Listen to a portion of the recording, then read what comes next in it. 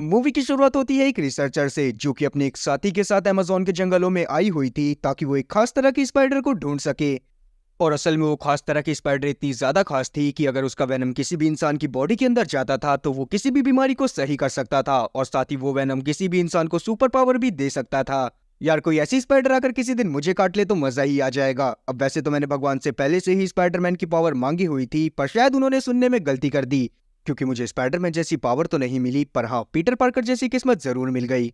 खैर अब हम लोग वापस से उसी रिसर्चर को देख पाते हैं जो कि अपने साथी के साथ उसी स्पाइडर को ढूंढने की कोशिश कर रही थी। और यहाँ पर हम लोग इन दोनों की बातों से ये जान पाते हैं कि असल में उस स्पाइडर का उपयोग यहाँ के ट्राइबल ग्रुप करते हैं ताकि वो अपने आप को पावरफुल बना सके। और पावरफुल होने की वजह से वो ट्राइबल ग्रुप छुप कर रहता है ताकि किसी को भी उनकी पावर के बारे में पता ना चले। और अब ये दोनों इस बारे में बात कर ही रहे थे तभी अचानक से ही यहाँ पर उस रिसर्चर को वो स्पाइडर मिल जाती है जिसको ये ढूंढने के लिए यहाँ पर आए हुए थे। लेकिन जैसे ही वो रिसर्चर उस स्पाइडर को उठाती है वैसे ही उसका साथी एजिकेल अपने पास में से गन निकालकर उस लड़की को शूट कर देता है। और ऐसा एजिकेल ने इसी वजह से करा था ताकि वो इस स्पाइडर की मदद से खुद पावरफुल बन सके। और अभी के टाइम पर वो उस स्पाइडर को लेकर यहाँ से चला जाता है, जिसके बाद हम लोग उसी रिसर्चर को देख पाते हैं जो कि जिंदगी और मौत के बीच में झूल रही थी। और अब ये औरत मरने ही वाली थी कि तभी अचानक से ही यहाँ पर वो ट्राइबल ग्रुप पहुंच जाता है जो कि उस स्पाइडर का उपयोग करा करता था।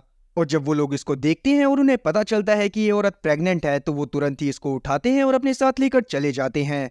और अब जब वो लोग उस रिसर्चर को लेकर अपनी गुफा में पहुंचते हैं तो वहां पर पहुंचने के बाद उसे उसी स्पाइडर से कटवाया जाता है जिसके वेनम के अंदर पावर थी। लेकिन उसी वक्त पर इसकी डिलीवरी भी हो जाती है और इसको एक लड़की पैदा हुई थी जिसके अंदर उसी स्पाइडर की पावर थी जिसने अभी कुछ समय पहले इस औरत को काटा था। लेकिन उसके तुरंत बाद उस रिसर्चर की भी मौत हो जाती है। तब यहाँ पर एक आदमी उस लड़की को अपनी गोद में लेता है और बताता है कि आज से कुछ समय बाद ये यहाँ पर जरूर आएगी ताकि ये जान सके कि इसकी माँ ने इसको पैदा करते समय कितना बड़ा सैक्रिफाइस दिया था। अब यहाँ से सीन शिफ्ट होकर आता है 30 साल आगे 2003 में, जहाँ पर हम लोग उसी लड़की को देख पाते हैं जो कि अब बड़ी हो गई थी और साथ ही वो पैरामेडिक का काम करा करती थी जिसका नाम था केसी। और यहाँ पर जो आदमी इसके साथी के तौर पर इसके साथ काम करा करता था उसका नाम था बेन पार्कर। जी हाँ, वही बेन पार्कर जिसने स्पाइडरमैन को बताया था कि बड़ी ताकतों के साथ आती है बड़ी जिम्मेदारियां। पर इस मूवी की टाइमलाइन के हिसाब से तो अभी तक पीटर पार्कर पैदा ही नहीं हुआ। अब हम लोग केसी और साथी बेन को देख पाते हैं जो कि एक आदमी की मदद करते हुए उसे हॉस्पिटल तक पहुंचाते हैं। और अपना काम खत्म करने के बाद केसी सीधा अपने अपार्टमेंट में पहुंच जाती है, जहां पर जाने के बाद वो एक डायरी को देखती है जो कि उसी की माँ की थी और साथ ही उनके सूटकेस में अभी भी उनकी फोटो रखी हुई थी जो कि उसी समय की थी जब वो उस स्पाइडर को ढूंढ रही थी। और केसी की लाइफ भी इसी तरह से कट रही थी। वो सुबह के टाइम पर लोगों की मदद करा करती थी और शाम में अपनी माँ की फोटो से बातें। अब अगले दिन हम लोग वापस से केसी को देख पाते हैं जो कि बेन के साथ एक ब्रिज पर गई थी ताकि वो वहां पर मौजूद एक आदमी की जान को बचा सके। लेकिन अभी के टाइम पर वो आदमी अपनी गाड़ी में फंसा हुआ था जिसका एक्सीडेंट हो गया था। तब यहाँ पर केसी किसी तरह से बेन की मदद से उस आदमी को तो गाड़ी से निकाल लेती है पर खुद ही उसी गाड़ी में फंस जाती है। और तभी वो गाड़ी भी उसी ब्रिज के नीचे पानी में गिर जाती है जहां पर से केसी निकलने की कोशिश कर रही थी ताकि वो अपनी जान को बचा सके, पर अभी के टाइम पर वो निकल नहीं पाती। तभी अचानक से ही उसकी पावर एक्टिवेट हो जाती है जिसकी वजह से केसी को अजीब एहसास होने लगता है। और यहाँ पर केसी पहली बार वेब ऑफ लाइफ को देख पाती है, जिसके थोड़ी देर बाद जब इसकी आंख खुलती है तो इसके सामने बेन पार्कर था जो कि इसे सीपीआर दे रहा था। और अब बेन से बात करने के बाद केसी को पता चलता है कि वो 3 मिनट से ज्यादा देर तक पानी के अंदर थी, साथ ही उसकी धड़कन भी चलनी बंद हो गई थी। जिसके बाद जब उसे बाहर निकालकर सीपीआर दिया गया तो अचानक से ही वो जिंदा हो गई। और तब यहाँ पर बेन हार्ट रेट मशीन की मदद से केसी का हार्ट रेट चेक करने लगता है जो कि अचानक से ही 79 से बढ़कर 89 पहुंच गया था। जो चीज देखने के बाद केसी काफी ज्यादा शॉक हो जाती है, पर तभी अचानक से ही वापस से बेन उसी मशीन को लाता है ताकि वो केसी के हार्ट रेट को चेक कर सके। और केसी का हार्ट रेट वापस से 79 से 89 पहुंच जाता है। जो चीज देखने के बाद केसी काफी ज्यादा शॉक होती है और बेन से पूछती है कि आखिरकार तुम दो बार मेरा हार्ट रेट चेक क्यों कर रहे हो। लेकिन बेन इस बात को सुनकर काफी ज्यादा शॉक हुआ था क्योंकि अभी उसने पहली बार ही केसी का हार्ट रेट चेक करा था। तब केसी को कुछ भी समझ में नहीं आता और वो यहाँ से निकल जाती है। दूसरी तरफ हम लोग एजिकेल को देख पाते हैं जो कि एक बिल्डिंग में जाकर एक औरत को अपने साथ लेकर अपने घर में पहुंच जाता है। और एजिकेल के घर में अभी भी वो मकड़ी थी जिसको उसने केसी की माँ से चुराया था। और यहाँ पर हम लोग ये जान पाते हैं कि असल में एजिकेल इस औरत को यहाँ पर इसी वजह से लेकर आया है ताकि वो इसके एक प्रोग्राम को यूज कर सके, जिस प्रोग्राम का सिस्टम ऐसा था कि वो किसी की भी फोटो को देखकर उसके बारे में सारी की सारी इंफॉर्मेशन निकाल सकता था।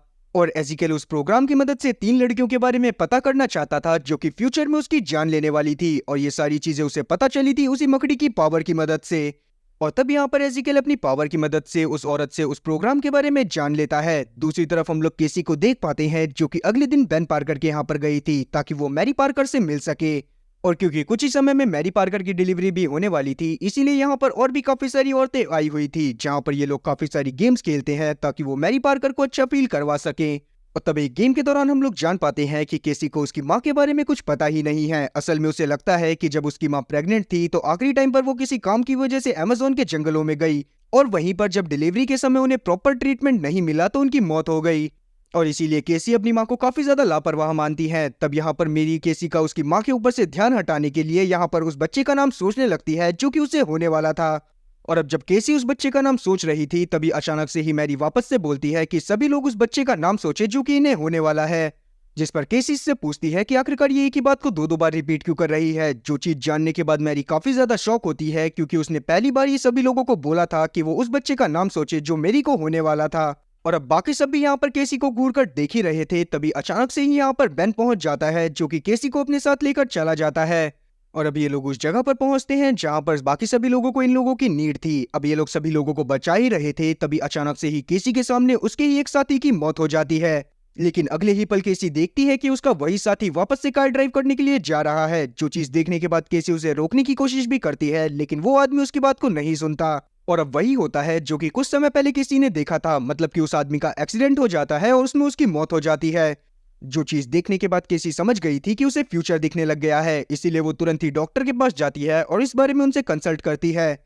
और तब जाकर उसे पता चलता है कि असल में तो उसकी सारी मेडिकल रिपोर्ट्स एकदम परफेक्ट हैं और जो भी उसे दिखाई दे रहा है वो उसका भ्रम हो सकता है। और वहीं दूसरी तरफ हम लोग एजिकल को देख पाते हैं जो कि उन्हीं लड़कियों के बारे में पता करने की कोशिश कर रहा था जो कि उसे सपने में आकर मार दिया करती थी। और साथ ही एक हैकर की मदद से उसे पूरी सिटी के सीसीटीवी कंट्रोल भी मिल जाते हैं, जिसके बाद वो उन लड़कियों की फोटोज बनवाता है और उनके ऊपर से मास्क हटाता है, जिससे उसे पता चलता है कि असल में वो तीनों लड़कियां टीनेजर्स हैं और अगर अभी के टाइम पर वो उन्हें मार देगा तो उन्हें कभी पावर मिलेगी ही नहीं। और अगर उन तीनों लड़कियों को पावर नहीं मिलेगी तो वो लोग कभी एजिकल को भी नहीं मार पाएंगी। और यही सब सोचते हुए एजिकल निकल जाता है ताकि वो उन तीनों लड़कियों को जान से मार सके। और वहीं दूसरी तरफ हम लोग केसी को देख पाते हैं जो कि एक ट्रेन की मदद से अपने घर की तरफ जा रही थी। तभी यहाँ पर अचानक से ही इसके सामने वो तीनों लड़कियां आकर बैठ जाती हैं जिन्हें कुछ समय में एजिकल आकर मारने वाला था। और अब अपनी दिव्य दृष्टि की मदद से यहाँ पर केसी को भी उन तीनों के बारे में पता चल जाता है कि एक आदमी आकर इन्हें मारने वाला है और इन लोगों की जान बचाने के लिए वो तुरंत ही इन लोगों को लेकर ट्रेन से नीचे उतर जाती है। और थोड़ी ही देर में यहाँ पर एजिकल भी पहुंच जाता है जो कि जब देखता है कि केसी ने उन तीनों लड़कियों को यहाँ से निकाल लिया है तो वो तुरंत ही यहाँ से चला जाता है। और बाहर हम लोग केसी को देख पाते हैं जो कि उन तीनों लड़कियों को ये समझाने की कोशिश कर रही थी कि अभी के टाइम पर उन तीनों की जान को खतरा है। लेकिन उन तीनों में से किसी को भी केसी की बात पर भरोसा नहीं होता। और इतने में ही यहाँ पर एक आदमी पहुंच जाता है जो कि खुद एजिकल था, पर अभी के टाइम पर वो अपने स्पाइडर सूट में आया हुआ था। और तब एजिकल अपनी पावर की मदद से दीवार पर रेंगता हुआ इन तीनों के ऊपर अटैक करने की कोशिश करता है, लेकिन केसी यहाँ पर इन तीनों को किसी तरह से बचाकर भागती है और एक गाड़ी को चुराकर उसमें बैठ जाती है। तब यहाँ पर केसी इन तीनों से इनके नाम पूछती है, जिसमें से एक का नाम था आन्या, दूसरे का नाम था जूलिया और साथ ही तीसरे का नाम था मैडी। केसी चाहती थी कि वो इन तीनों को इनके पेरेंट्स के पास छोड़ दे, पर यहाँ पर इसे पता चलता है कि असल में इन तीनों में से किसी के भी पेरेंट इस सिटी में नहीं रहते। तब टैक्सी में चल रहे रेडियो की मदद से केसी को पता चलता है कि असल में पूरी सिटी में ये खबर फैल गई है कि 3 लड़कियों को किडनैप कर एक लड़की टैक्सी चुराकर भागी है। और जब एजिकल ने इन तीनों के ऊपर अटैक करा था तो उसने कुछ पुलिस वालों को भी जान से मार दिया था, पर उसकी पावर की वजह से कोई भी उन्हें देख नहीं पाया। और अभी के टाइम पर उन पुलिस वालों की मौत का जिम्मेदार भी केसी को माना जा रहा है। और ये सब जानने के बाद तो केसी का दिमाग खराब हो जाता है। और अभी के टाइम पर क्योंकि वो किसी भी जगह पर नहीं जा सकती थी, इसीलिए वो इन तीनों लड़कियों को लेकर जंगल में चली जाती है। और अब जंगल में जाने के बाद ये सभी लोग आपस में बातें करते हुए सोचने लगते हैं कि आखिरकार इन लोगों के साथ ऐसा क्यों हो रहा है। तब केसी इन तीनों को बताने की कोशिश करती है कि असल में वो फ्यूचर को देख सकती है, लेकिन तीनों में से किसी को भी इसकी बात पर भरोसा नहीं होता और वो केसी का ही मजाक बनाने लगते हैं। तभी अचानक से ही यहाँ पर जूलिया एजिकल के बारे में बात करते हुए बोलती है कि वो इंसान एकदम मकड़ियों की तरह दीवारों पर चल रहा था। जो चीज सुनने के बाद केसी के दिमाग की भी बत्ती जलती है और वो तुरंत ही अपने घर की तरफ निकल जाती है। और वो अपने घर भी इसी वजह से जा रही थी ताकि वो अपनी माँ की डायरी की मदद से मकड़ियों के बारे में और चीजें पता कर सके। इसीलिए वो इन तीनों लड़कियों को जंगल में रुकने को बोलकर ही खुद ही अकेली वहां पर जाती है। और अब जब अपने घर में जाने के बाद वो अपनी माँ की डायरी को पढ़ती है तो उसे उस ट्राइबल ग्रुप के बारे में पता चल जाता है जिनके अंदर भविष्य को देखने की पावर थी और वो सारे के सारे लोग रहा करते थे अमेज़न जंगलों में। और साथ ही यहाँ पर केसी को अपनी माँ की एक और फोटो मिली थी जिसके अंदर एजिकल भी उनके साथ था, जो चीज देखने के बाद केसी काफी ज्यादा शॉक हो जाती है क्योंकि उसकी समझ में नहीं आ रहा था कि एजिकल का उसकी माँ के साथ क्या कनेक्शन है। तब यहाँ पर केसी को ये तो समझ में आ गया था कि उसके अंदर भी उस स्पाइडर की पावर है, इसीलिए वो भी यहाँ पर दीवार पर चढ़ने की कोशिश करती है पर वो जमीन पर गिर जाती है। वहीं दूसरी तरफ हम लोग उन तीनों लड़कियों को देखते हैं जो कि जंगल में केसी का वेट करते हुए काफी ज्यादा परेशान हो गए थे, साथ ही इन्हें काफी ज्यादा भूख भी लग रही थी, इसीलिए ये लोग पास के रेस्टोरेंट में चले जाते हैं, जो कि इनकी सबसे बड़ी भूल साबित होती है क्योंकि जंगल में सीसीटीवी कैमरा ना होने की वजह से एजिकल अभी तक इन्हें नहीं ढूंढ पाया था। पर जैसे ही ये लोग रेस्टोरेंट में पहुंचते हैं तो सीसीटीवी की मदद से एजिकल इन्हें ढूंढ लेता है। और अब हम लोग केसी को देख पाते हैं जो कि जब वापस से उसी जगह पर पहुंचती है जहां पर उसने तीनों लड़कियों को छोड़ा था, तो वो तीनों में से कोई भी लड़की वहां पर मौजूद नहीं होती। तब केसी भी उन तीनों लड़कियों को ढूंढना चालू कर देती है जो कि कुछ ही समय में उसे एक रेस्टोरेंट में मिलती है जो कि वहां पर खाना खा रही थी। लेकिन जैसे ही केसी वहां पर पहुंचती है वैसे ही वहां पर एजिकल भी पहुंच जाता है जो कि कुछ ही समय में उन तीनों लड़कियों को जान से मार देता है और साथ ही उसने इस बार केसी को भी जान से मार दिया था। पर अब जब केसी की आंख खुलती है तो हम लोग जान पाते हैं कि असल में केसी उसी जगह पर खड़ी है जहां पर उसने उन तीनों लड़कियों को छोड़ा था। और अभी के टाइम पर केसी को जो भी विजन्स आए वो फ्यूचर था। और ये चीज जानने के बाद कि एजिकल वापस से उन तीनों लड़कियों को मारने की कोशिश करने वाला है, केसी जल्दी से जल्दी अपनी गाड़ी को उस रेस्टोरेंट में पहुंचाती है जहां पर वो तीनों लड़कियां मौजूद थी। लेकिन इस बार केसी के उस रेस्टोरेंट में पहुंचने से पहले एजिकल वहां पर पहुंच गया था और जैसे ही वो उन तीनों लड़कियों को देखता है तो वो उन तीनों लड़कियों के ऊपर अटैक करना चालू कर देता है। और ये चीज देखती हुई केसी उन तीनों लड़कियों की जान बचाने के लिए अपनी गाड़ी को रेस्टोरेंट के अंदर ही घुसा देती है, जिसके बाद वो सबसे पहले एजिकल को ठोकती है और उन तीनों लड़कियों को अपनी गाड़ी में बिठाकर यहाँ से भागने लगती है।